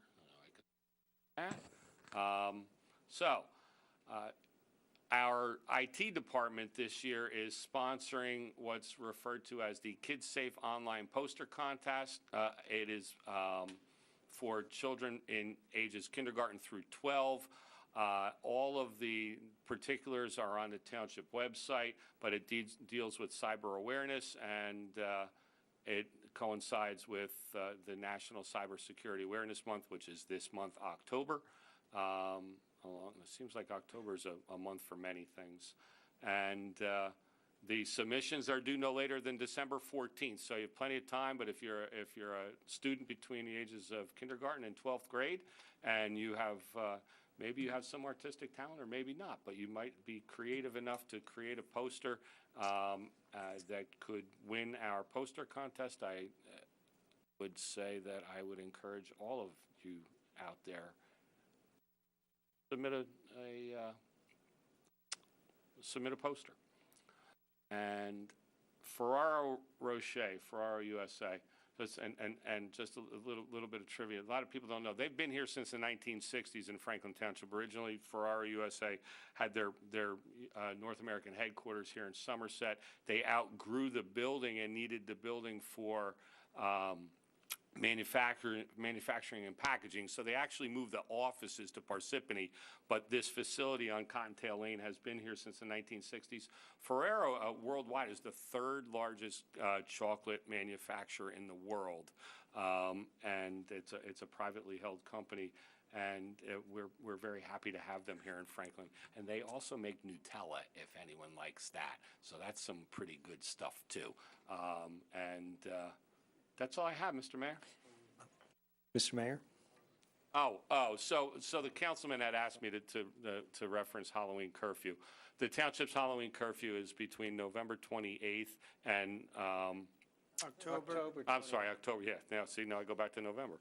October 28th and November 1st.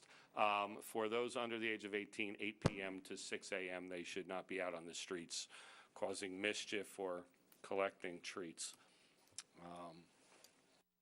Yes, it is the 28th through the 1st. 8 p.m. seems a little bit, anyway. It's good that there isn't a council meeting, or I wouldn't be able to. Mr. Mayor. Yes, sir. He's joking that he's under 18, but moving on. Thank you for explaining, Mr. President. Go ahead. I figured it'd be hard for anybody to imagine. But seriously, if the manager could clarify, because I know there was something brought up about signs earlier, and there's a lot of concerns about safety. So I just want the manager to, confirm and shed any light. No matter where it is, it's illegal to put a sign on a township, government-owned signs, intersection, red light, green light sign, a telephone pole. Regardless of where it is, nobody's supposed to be attaching signs to any of those, is my understanding. Are you asking? I think what you just asked is can people attach signs to existing signs or utility poles? Government signs, government red lights. No one can attach signs. Okay, to those. and then the only one to clarify is, I know years ago we changed the ordinance, but it's my understanding, maybe you can clarify, that although we do allow signs, political and otherwise, in right-of-ways, I thought it is with the permission of whatever homeowner or business owner abuts the right-of-way. It's not just a free-for-all that you could just place them there? If I No, get- that's incorrect. So anybody... Public right-of-way is public right-of-way. So nobody needs permission to put them in the No. public right-of-way? Okay. Yeah, Those signs, those campaign signs are specifically exempted and permitted in public right-of-way. So perhaps Yeah. down the future, maybe just for the sheer volume, I'm not looking to necessarily stop people's right to put signs up, but maybe the administration committee at some point could look at the sheer volume and perhaps they can consider limiting, because I know on Easton Avenue and other parts of town, it just seems that there is a little bit extreme in the amount of signs, and it just, in my personal opinion, not just aesthetically, but can become a safety issue. And if it's not a safety issue, it sure doesn't make the town look very nice. But maybe the administration committee will look at that in the future. Yeah, so I rewrote that part of the ordinance because people were having signs taken down by the town when they put a sign in front of their house too close to the road because it was in the town's right-of-way, and that's what I was trying to get around. Talk about unintended consequence. I didn't mean to allow it in the right-of-way, such as the one around the intersection of JFK and Easton Boulevard, so Easton Ave. So maybe we'll look at that again. Okay. Oh, Mr. Mayor, I did forget one other thing, and I hadn't had it popped up.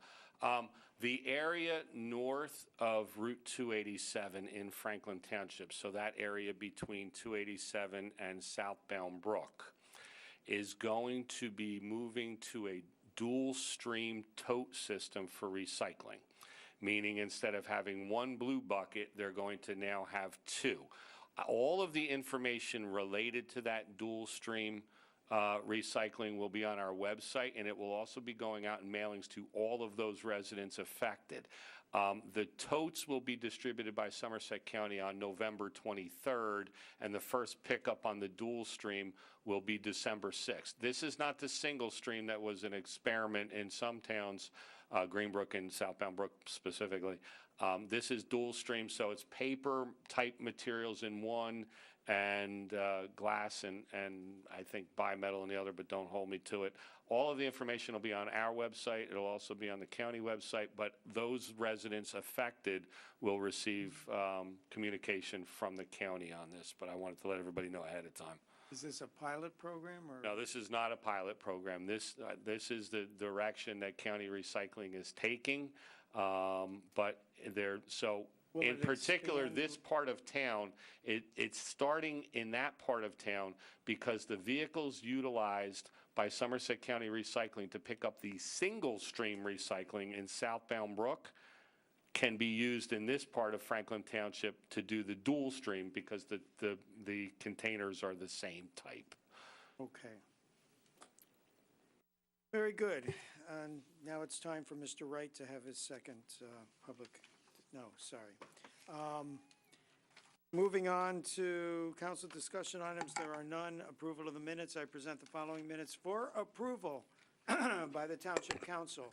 That would be the work session regular meeting of October 9th, 2018 at 7 p.m. Do I have a motion? Second. Moved and seconded. Any discussion or correction? Hearing none, Madam Clerk. Councilman Chase?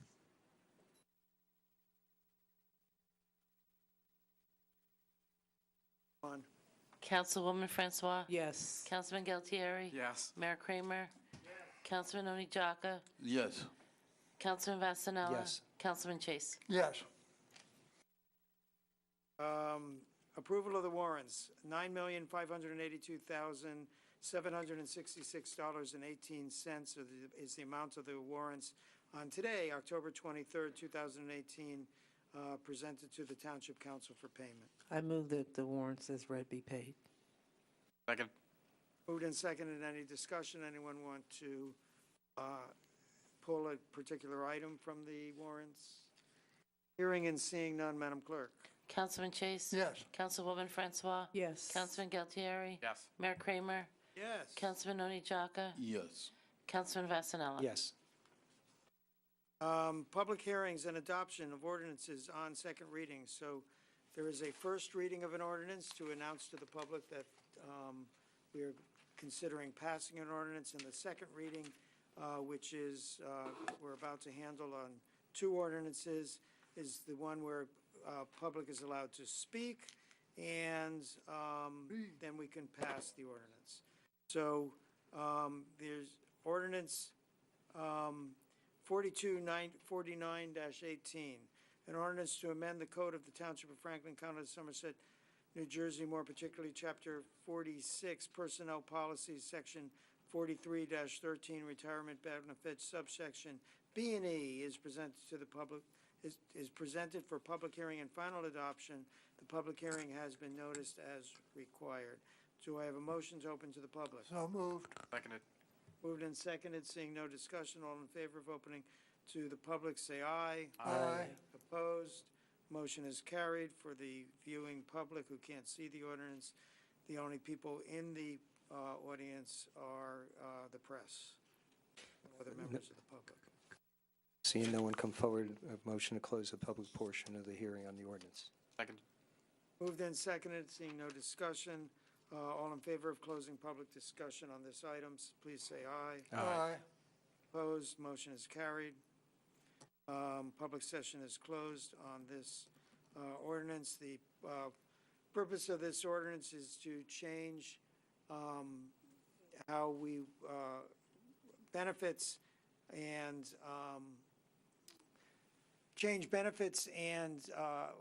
upon retirement of the unaffiliated workers in town. So that would be the manager or other people who are not in unions, not otherwise on contracts.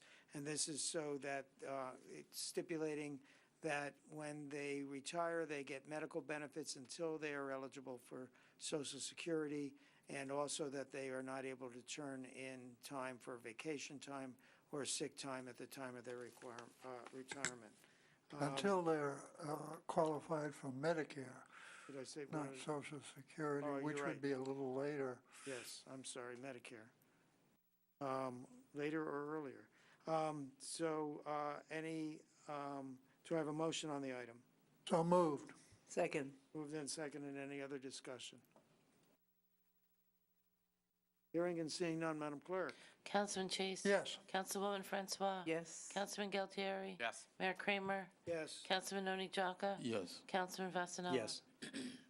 And that would actually apply to anyone hired after this ordinance goes into effect. Item 4250-18, an ordinance amending the municipal code of the Township of Franklin, County of Somerset, State of New Jersey, more particularly Chapter 93, Alcoholic Beverages, Sections 93, Hours of Sales, is presented to for the public and final adoption. The public hearing has been noticed as required. Do I have a motion to open to the public? So moved. Second. Moved and seconded, seeing no discussion, all in favor of opening to the public, say aye. Aye. Opposed? Motion is carried. Mr. Mayor, seeing no one come forward, I make a motion to close the public session. Second.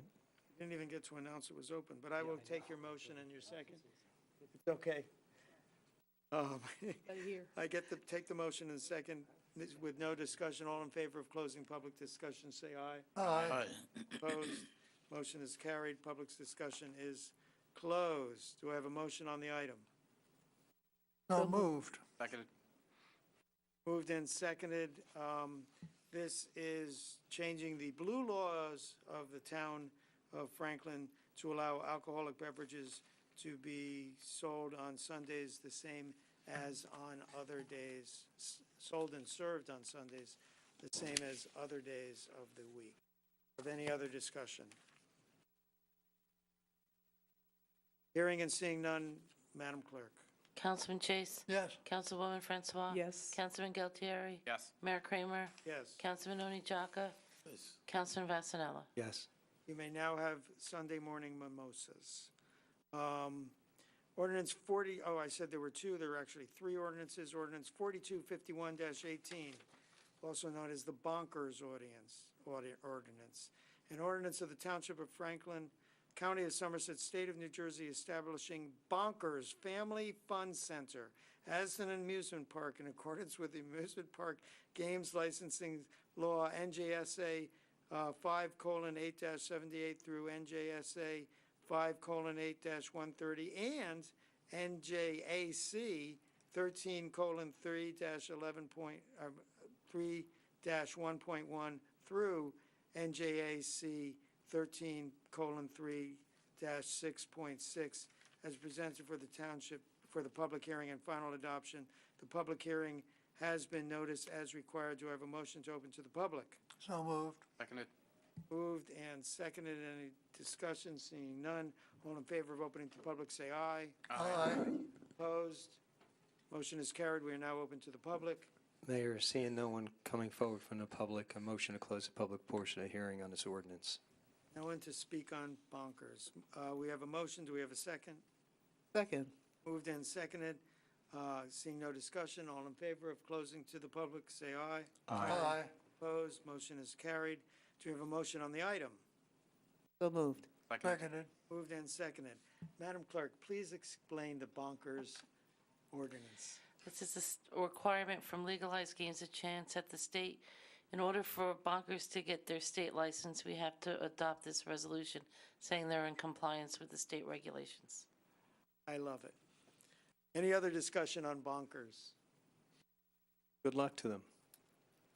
Point. It's an Excellent. amusement park. Hopefully, Right. families in Franklin and That's outside of Franklin will be able to enjoy it. I'm hoping It's I'm an giving arcade with Arcade. arcade games. Arcades, I went amusements. and looked at it. I'm hoping I'm giving them a Hopefully, little adults will be able to enjoy it. Madam Clerk. Councilman Chase? Yes. Councilwoman Francois? Yes. Councilman Galtieri? Yes. Mayor Kramer? Yes. Councilman Oni Jaka? Yes. Councilman Vasanella? Yes.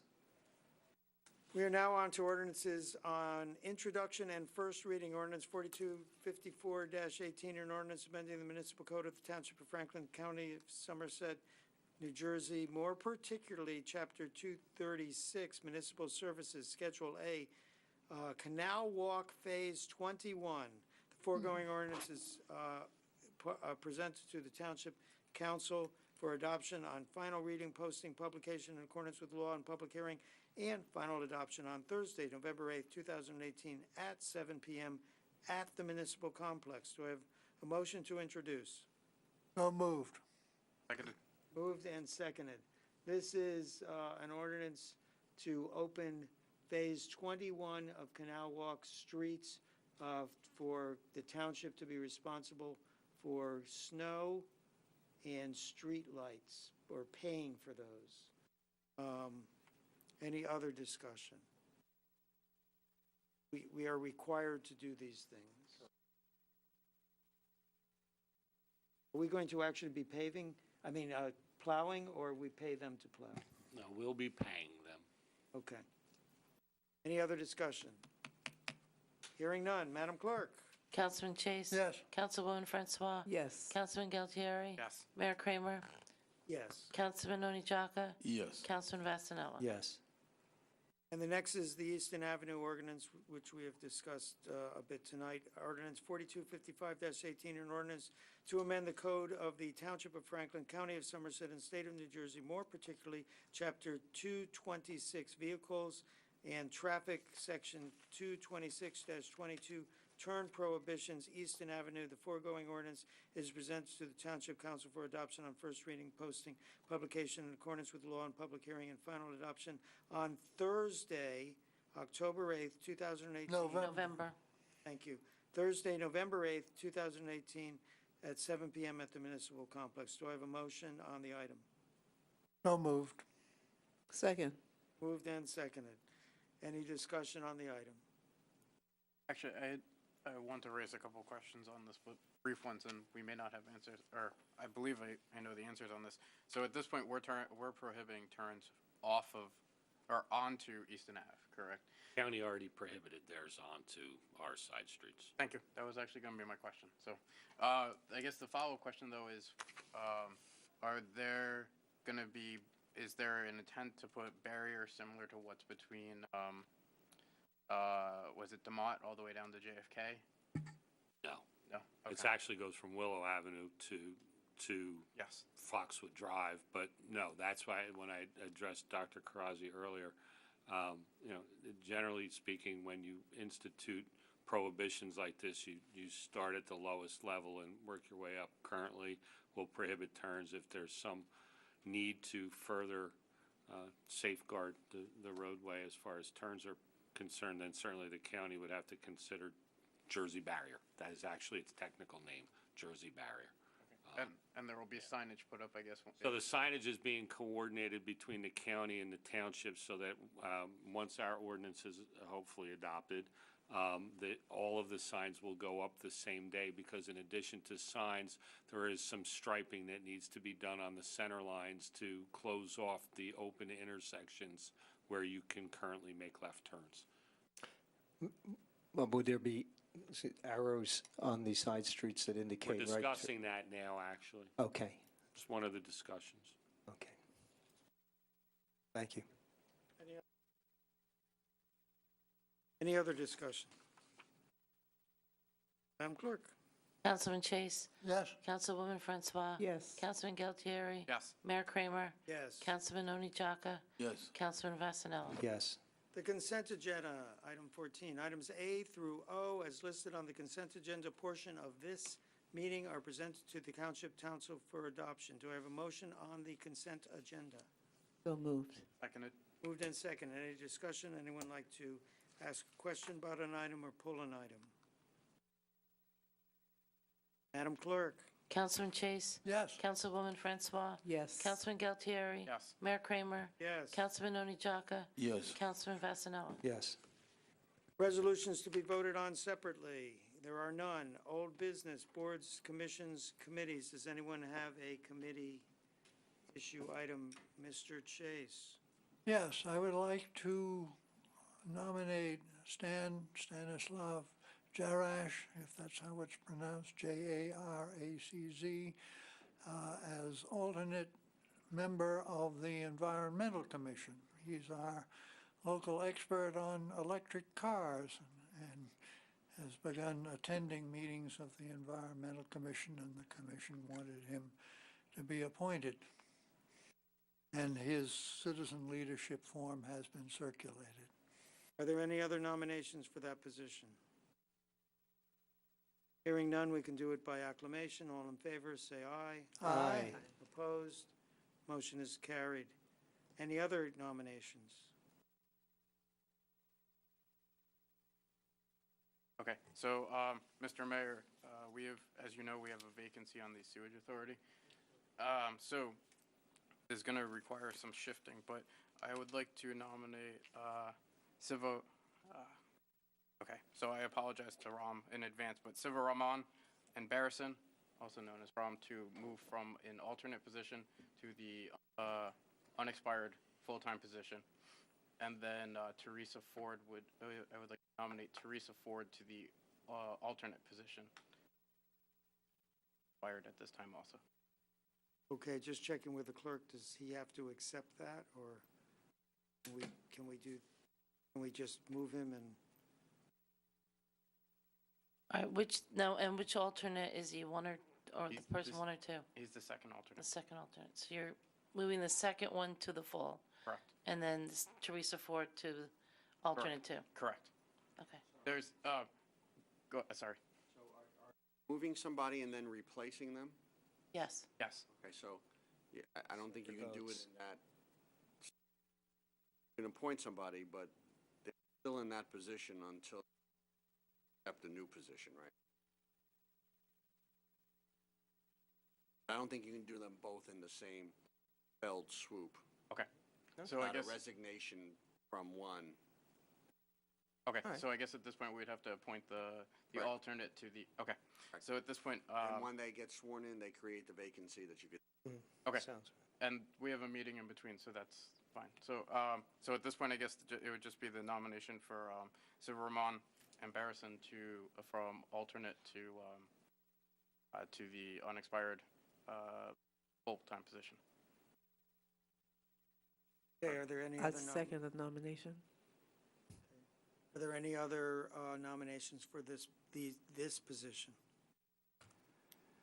Hearing none, we can do it by acclamation. All in favor, say aye. Aye. Opposed? Nomination is, motion is carried. Congratulations. Any other nominations? Okay, so I would like to nominate Tom Lewis for a opening on the Trails Advisory Commission. Are there any other nominations for that position? Hearing none, we can do that by acclamation. All in favor? Did we get to the paperwork, Mayor? Yes, he's submitted paperwork some time ago. The Trails Advisory Committee has vetted him and wishes him on board. Great. All in favor? Aye. Aye. Opposed? Motion is carried. Congratulations, Mr. Lewis. So there's another issue which council is just hearing about at this time. Mr. Jack Connolly, who I think almost everyone up here knows, has moved out of town, and he moved out of town at least a year ago and has not been to an open space or trails committee meeting for at least a year. And we have a 50% rule, so we could remove him on those grounds. He is living in Port St. Lucie, New York, Florida. So do we need to vote him off, Madam Clerk, or just the fact that he's moved away, is that sufficient? Under the ordinance, you need to. Because we have tried to contact him several times over the year. I've called his number myself. He's not responded. So I would like to make a motion to thank him for his service, but remove him on the 50% rule. Do I have a second? Seconded. Okay, any discussion on that? All in favor? Oh, wait, I guess, do we have to vote on that? Madam No, you Clerk? can do it. Voice? Well, you can do it. You don't. Okay. All in favor, say aye. Aye. Aye. Opposed? Motion is carried, so his seat is vacant. Part of the reason, I should have said beforehand, but I don't think it would matter, he is the open space member who is the liaison to the Trails Advisory Committee. So now the Open Space Committee, and Mr. Manager, if you could remind them on their agenda that they could pick a new person who could be the advisor for the Trails Committee. It was that way, or was it See, the other way around? I believe. It was the other way around. He was on Trails and was on open space. Hang on. He's the open space member to the Trails Advisory Committee, so he's actually a member of the open space that also sits on trails. So open space can come up with one of their members to be on the Trails Advisory. And that's our tradition, is they advise us as to who they would like to do that. And it's our appointment, but we usually wait at least for their advice. So I'll not nominate anyone for that. Are there any other nominations or old business? No, the clerk will, I guess, soon be sending out the usual annual forms to see who is requesting to be reappointed. He looks forward to that. She's shaking her head. No, I know it's a heavy task. You get it at the meeting after the election. Yeah, next month. This Okay, thank you. This is her favorite task of the It's year. tradition. So we are on to now an executive session, and we have 4 items to discuss in executive session under Resolution 18-416, authorizing an executive session. Anticipated land acquisition, Waldorf Street. You know, we do these things in secret, but we announce exactly what we're doing. Contract negotiation, PBA and SOA. Anticipated litigation, Transco, Williams Transco, and attorney-client privilege, professional appointments. Do I have a motion on these, going into executive session for these 4 issues? Motion. Second. Moved and seconded. Any discussion? Hearing none, Madam Clerk? Councilman Chase? Yes. Councilwoman Francois? Yes. Councilman Galtieri? Yes. Mayor Kramer? Yes. Councilman Oni Jaka? Yes. Councilman Vasanella? Yes. At this time, the Township Council will adjourn to the executive session to discuss the 4 items I just mentioned. No other actions will be taken by Township Council at the conclusion of this executive session. Therefore, the recording of this meeting will end now. Good night.